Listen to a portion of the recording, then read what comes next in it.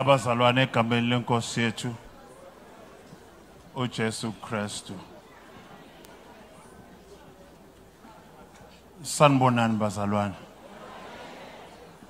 Siyambonga uNkulunkulu osivumela ukuthi sihlangane namhlanje.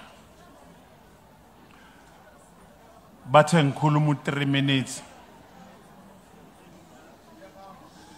Angeke ngidlule ku2 minutes. Futhi kuthiwe ngikhulume so angizukucula. Ngizokhuluma nje kuphela ngoba bakhona bazocula. Singabaculi ke thina sithanda ukuthi kumndeni wala ekhaya Nkosi yami siyabonga. Siyabonga ma. Ngibulisa abafundisi bonke ngokuhlukana kwabo. Nkosi yami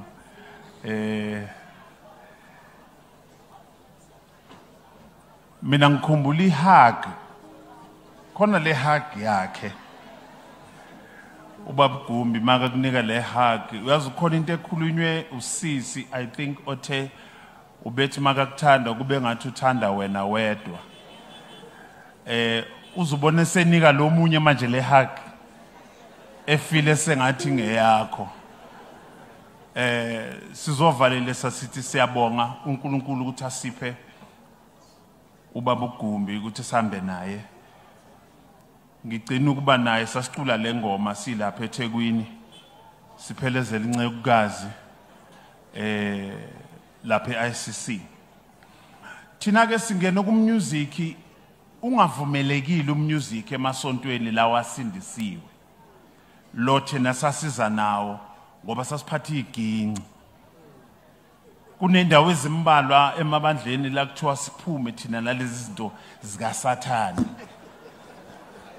Kusho iginci nama keyboards sakhishwa kwelinye ibandla sasikulo sahlala ngaphandle. Sikhishiwe kuthiwa into zika Sathane lezi. Ubaba uGumbi abokuqala abas-embrace as musicians. Sichithwa ngenxa yokunga-understand.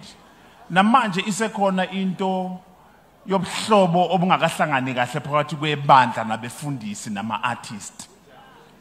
Kodwa sekuya ngokuba ngcono kodwa wayekhona eqaleni was-embrace ubaba uGumbi. Siyambonga uNkulunkulu uyabona nje namanje adekiwe ama-keyboard. Angaze ngibona ama-keyboards edekwe kanje. Wona lawe sasixoshwa nawo adekiwe ngenxa yokuthi manje lo babolele la ungabokuqala babesi-embrace. iSOS yobicula nje mina ngimazi ngeSOS ekudala emuva le. U2 minutes wami usuyaphela ngifuna ukusho into eyodwa. Ngiyacela kubefundisi nebandla nisondeze eduze njengama-artist. Ama-artist niwasondeze eduze niwathande ukuze nikwazi ukwaguide. Amen bazalwane. Ama-artist labantu kuthiwa ama-artist nibasondeze eduze ukuze nikwazi ukubaguide ngoba ukuba yi-artist akulula.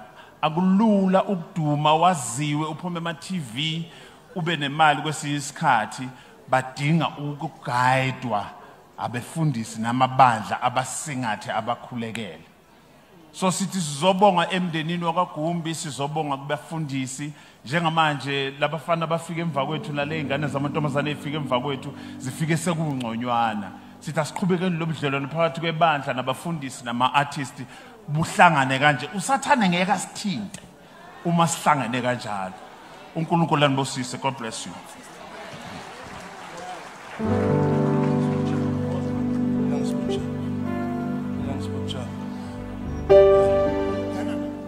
Siyabonga bathandeka. Ngicela ke sikuyekeni ukuba serious manje. Ke sithini nje Jesus. Yes. Siyaqhubeka nohlelo lwethu on behalf of the community Mr. DL Tabete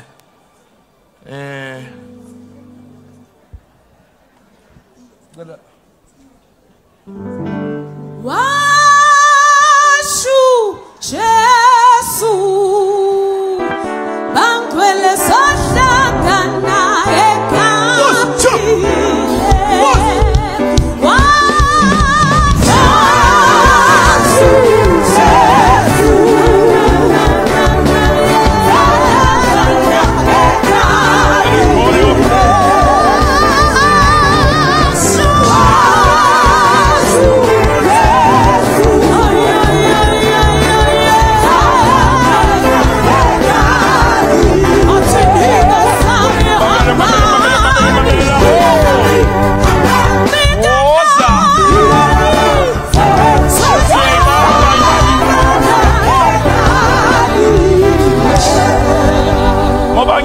Ngiyabaleka bathandekayo.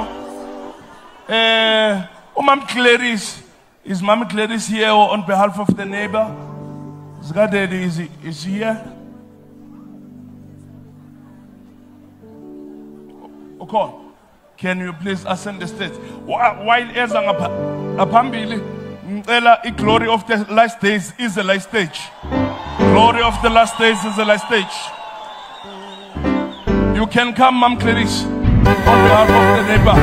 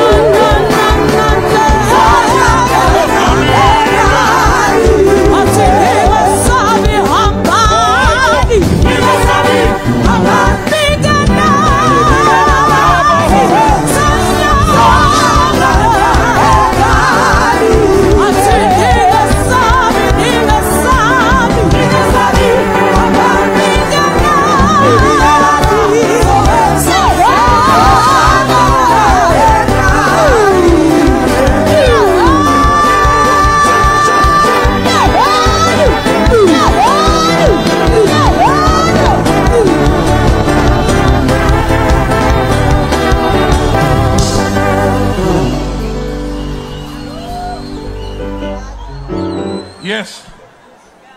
Miss Clarice will speak on behalf of neighbors. Zgadedi. Emva kwaloko ngicela i-community leader ubaba uThabethe. But ubaba uThabethe ngiyamazi uthanda uthatha isikhathi eside. Ngicela thathe 3 minutes la. I'll give you this opportunity. Thank you, ma'am. Okay. Thank you. Just be strong. Sanibona nongibala. Mina igama lami Clarice. Isibongo sami Sportain. Next to Gumbi is also my family. Gumbi was a man, a father, all for me and my family. From 2013, Gumbi was here. Also, every time, every day, every night with us. I praise the Lord. Gumbi, I'm so...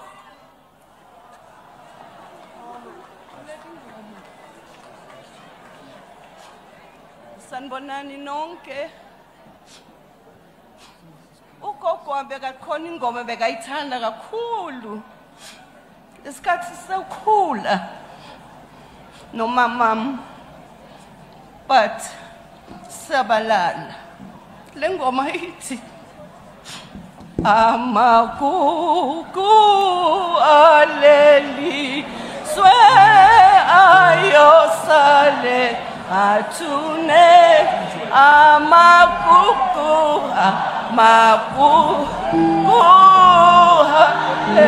aleli swe ayosale Señor Lala,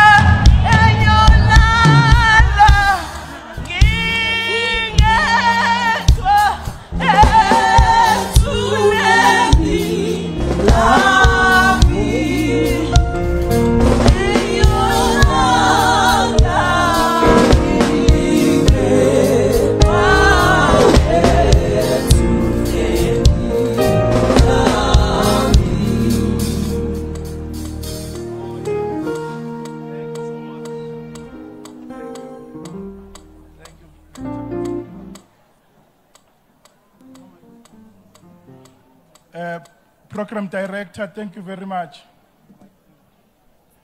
I did not like the way Program Director introduced me. One, memorial service, I couldn't talk, I cried. I'll use my minutes today. I strategically cried so that I could not speak in the memorial service and use the time today. So, beside the 3 minutes that I have today, I have 3 minutes from last week. Ubaba Nkambule is my witness. Ngithanda ukubingelela bonke abagcotshwa benkosi abakhona today. Ngibingelele onke abaholi ababuya kwezepolitiki abakhona from different organizations nangeyikhundla ezahlukene. Ngibingelele ibandla lase Assemblies of God na wonke amabandla. Ngibingelele umndeni wakaGumbi nowakangubane. Kwangubeni uxolo. Empilweni I was taught ukuthi ngelinye ilanga 2000 years ago ukufa kwakhe kwanqotshwa. uJesu had to die so that he could defeat ukufa. I was taught that Jesus went into the grave so that he could go to the depth of death. Ahlwithe ikhiyo zokufa so that ukufa kungaphinde kube namandla phezu komuntu. Na namhlanje siyafundiswa ukuthi ukufa akunamandla phezu komuntu. Ngoba ubabGumbi lo lele la has taught us ukuthi khona impilo ngomva kokufa. Ubaba uGumbi has taught us, all of us as a community yaLayilikwa, ukuthi if you believe in Christ, uma ushona uzophila, uzowela ngale kwethuna, but uphile ungunaphakade. I have no doubt therefore, Program Director, ukuthi the day ubaba uGumbi ashona, umoya uhlukana nomzimba ezulwini kwacelebratewa. Kwacelebratewa because heaven became richer. And umhlaba became poorer. Ngiyacabanga ukuthi namhlanje ifestival yasezulwini is still happening. I can imagine ubaba uGumbi angena ezulwini eshaya kancane ehlephulele ikepisi yakhe ethu amen usekhona na. I can imagine ubaba uGumbi abiza umama ayemthanda kakhulu, umama uZanele Mbokazi, amcela ukuthi organize i-event ezulwini. I can imagine imvuselelo yasezulwini kuqula abosifiso Ncwane, kuqula aboDebra Fraser, kuqula aboMandisa, kuqula aboVuyo Mkwena, because heaven is celebrating today. They've gained a pure man and a very strong man. Program Director, ubaba uGumbi has taught us izinto ezibalekile. Ezinye izinto babGumbi asifundise zona ukuthanda, uthande without limits and without any boundaries. ubabGumbi has taught us ukuthi it is possible to love your enemy. It is possible to pray for your enemy more than you pray for yourselves. Because sikubonile lokhu babGumbi akwenza, ahlala nabantu abangamthandi, ahlala nabantu abangamfisela okuhle, abakhulekele more than he prayed for himself. Sikubonile uthando kubabGumbi when silungiselela umngcwabo khona bebaphikisana bathi ubabGumbi bekangithanda ngcono mina, ubabGumbi loved me more. I then realized ukuthi ubabGumbi had one special particular love, the love that will make you feel more important than everybody else. ubabGumbi could love you without any restriction or limit. ubabGumbi will give you love. Lolo likwenza ukholwe ukuthi uthanda mina ukudlula bonke, but that was indlela kababGumbi yokuthanda. ubabGumbi okunye asifundise kona ukubekezela. ubabGumbi uye wasifundisa okushiwo encwadini kaJob ethi I know my Redeemer lives. Because ubabGumbi the day aqala ukugula asikwa inyawo, he never gave up and say, I'm disabled, I will stay home. He stood up and said, my Redeemer lives, and went on to win more souls for Christ. When ubabGumbi lost his sight, when he couldn't see anymore. He didn't sit back and say, I'm blind, I can't preach anymore. He walked on and continued preaching because he said, I know my Redeemer lives. Nanoma ubaba Gumba sagula, simphakamisa ukuze ahambe, achumayela ahlele phansi. Ubaba Gumbi did not want to give up. He continued to say, my Redeemer lives. Yiloko ubaba Gumba sifundise kona. Few weeks ago when I went to see ubaba Gumbi, mina ke nobaba Gumbi besibizana ngabo Brawami. When I went to see uBrawami, I said Brawami kudala ngagcina ngisakuboni. Wathi hayi angithi watshela lo mama ukuthi athathe ifone. So ifone sayiphendulwa uye and uyangifihla nokungifihla ingakho ungasangitholi. He then said something very important to me. He said to me, sekuzomela uqala ufuna abanye abangani because mina ngiyoba nabangani abasha. Moses no Petro are going to be my friends. Again, as usual, I dismissed his joke. I said, you are not going anywhere, Bab Gumbi. Where now you are going to stay, mina nawe will drink tea. Gule mall entsha iyakhiwayo. Wahleka ubaba Gumbi wathi anifuni ukuyiqeda nje le mall. Mara ke mina sengiyahamba eyami indlela iready. I took that for granted. I wished program director I knew ukuthi he was serious. Perhaps I could have taken him on that day. Sahamba sayohlala esayidini le mall. Saphuza ikhofi mina naye because that would have been the last time we share ikhofi no Gumbi. As ubaba Gumba sahambile, there's one thing engiyithandayo nengiyibongayo kubaba Gumbi. Uthando alinikelo kule community. Ubaba Gumbi became an ambassador for this community. Ubaba Gumbi represented us all over the world. We might not have been there physically, but our spirits were there because Ubaba Gumbi represented us. Ubaba Gumbi talked about umfuliyanuka. Ubaba Gumbi talked about umfuliyanuka. He talked about itaxi rank yethu atugibele esikhokweni wehleka Satan. He was not ashamed of who he was. I want to say farewell to Ubaba Gumbi. Uyilwile yakimpi, uhambile, ushiye kakhulu, ushiye ngokukhulu ubuhlungu. Silimele umphakathi waseLikwa, but we are very fortunate and will forever be grateful to ifamily yakwa Gumbi for having allowed us to share the time with Ubaba Gumbi. We want to say thank you mndeni kaGumbi. uNkulunkulu anibusise, aniqoqe, anivikele, anifukamele, aniphe uthando that Ubaba Gumbi gave us. Ngiyabonga.